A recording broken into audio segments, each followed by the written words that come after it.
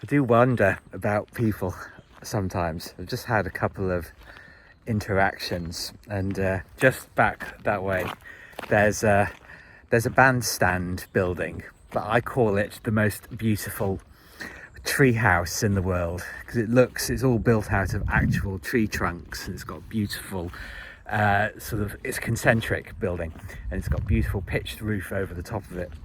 And there was a couple just back there, and they had their dog with them, and it reminded me of the dog that I grew up with. Very friendly dog. I was petting it, and it was very interested in me. It seemed, I have to say, it seemed a little bit starved of attention, because the lady of the couple was saying that he's a bit nervous around people. I thought, no, he's not.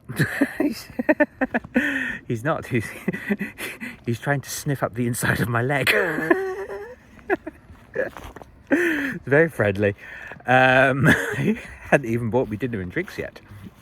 And I commented saying, "Oh gosh, Chatsworth's a magical place for dogs." He said, "Well, yeah, but I can't let him off the lead." I said, "I was trying to be positive." I did actually say this to her. And she said, "Okay, it's not a magical place for dogs then." I think they were a little bit taken aback. But I think one of the big problems that we face is that we don't really appreciate, where we are. We're not present. I think we're just sort of, a lot of people, and I'm working on this myself, but a lot of people they're sort of sleepwalking around, and it's actually very difficult to appreciate the great beauty that surrounds it. Oh, I've got the dog, I'm not allowed to go around the house. It's like, well, yeah. It's obvious why. They're too much of a liability, and they cause mess. And I think people feel a bit hard done by, but there have to be certain rules in place. And the interesting thing was, it kind of felt initially with this couple quite a different interaction. And whenever I see people walking dogs around Chatsworth, I always assume that they must have a membership to the place. Because why would you pay to walk around gardens, just to bring your dog in here and not go around the house or anything? And it turns out they're actually on holiday from another part of England, from another county in the south. And they've come up here with in their motorhome that they've recently purchased, they were telling me.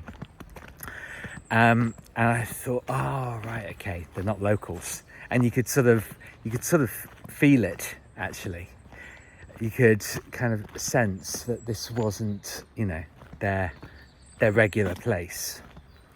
And there was nothing sort of necessarily unpleasant about any of them. But yeah, anyway, our instincts do actually, they serve us well. I think this is what I'm realizing. And at one point, I did feel kind of a bit snappy with the comments that I'd made, but ordinarily I would sort of apologize for those. And I thought, well, have I actually said anything wrong? And I think this is a lesson.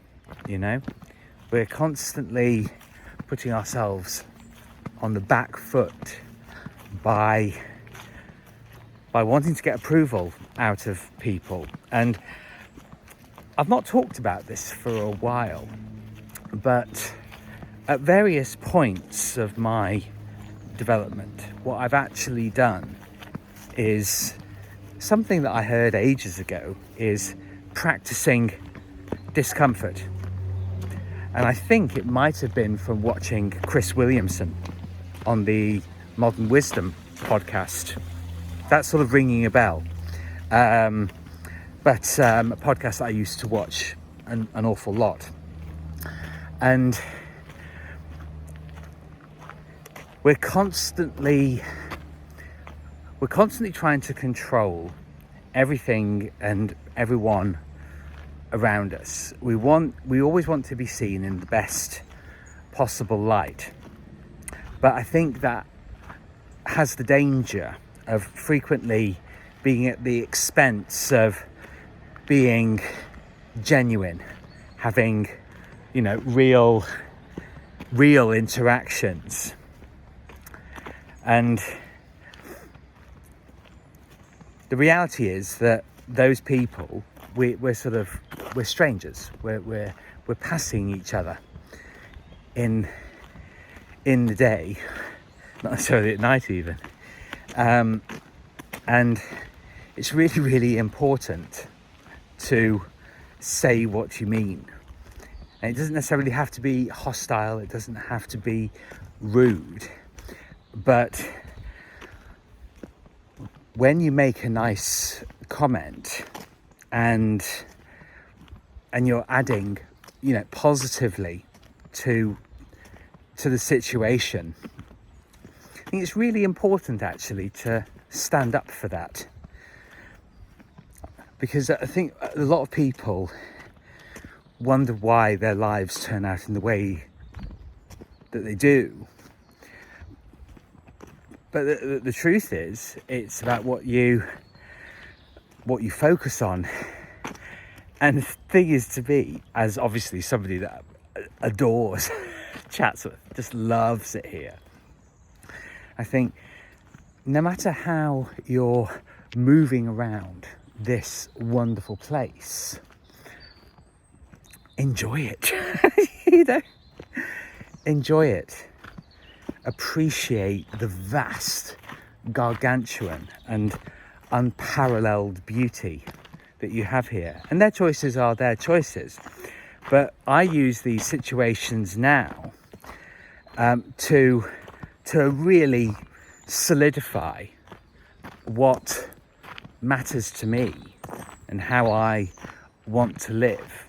And a big part of my development is it's okay for me to stand in what I value, and to not alter myself to try and accommodate other people at my expense.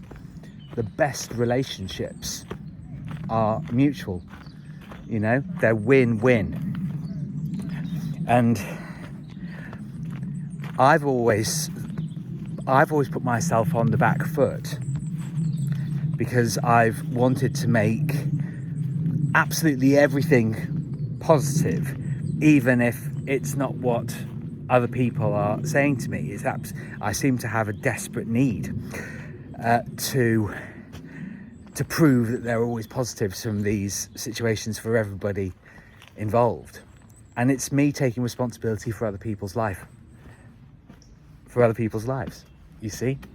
And I realise that I've done that an enormous amount, and it's hampered my progress. And when I think back on the relationships that I've had, that was always what I was trying to do, when in reality it would have been far more honest and authentic to walk away. And this is why I am ruthlessly conscious about the relationships that I'm in, and really paying attention to whether they work for me. It has to work for both parties. And that's really what becoming an adult is. I've been talking a lot about discernment recently, and all that means is being able to choose between, you know, things that align with you and things that don't. You don't have to jump on everything. Simplicity is the key, and you don't have to sacrifice who you are as a good man in order to lead a good life. Don't fall into that trap. I've done it a lot. And what I realise is it's okay for me to believe what I believe. It's okay for other people to believe what they believe. you make the decision and decide what you want your life to look like. And the truth is, it can always be beautiful when you take the responsibility for it. Thank you very much. Please do like and subscribe and share to spread this very important message. And I look forward to seeing you on the next video. Ciao for now.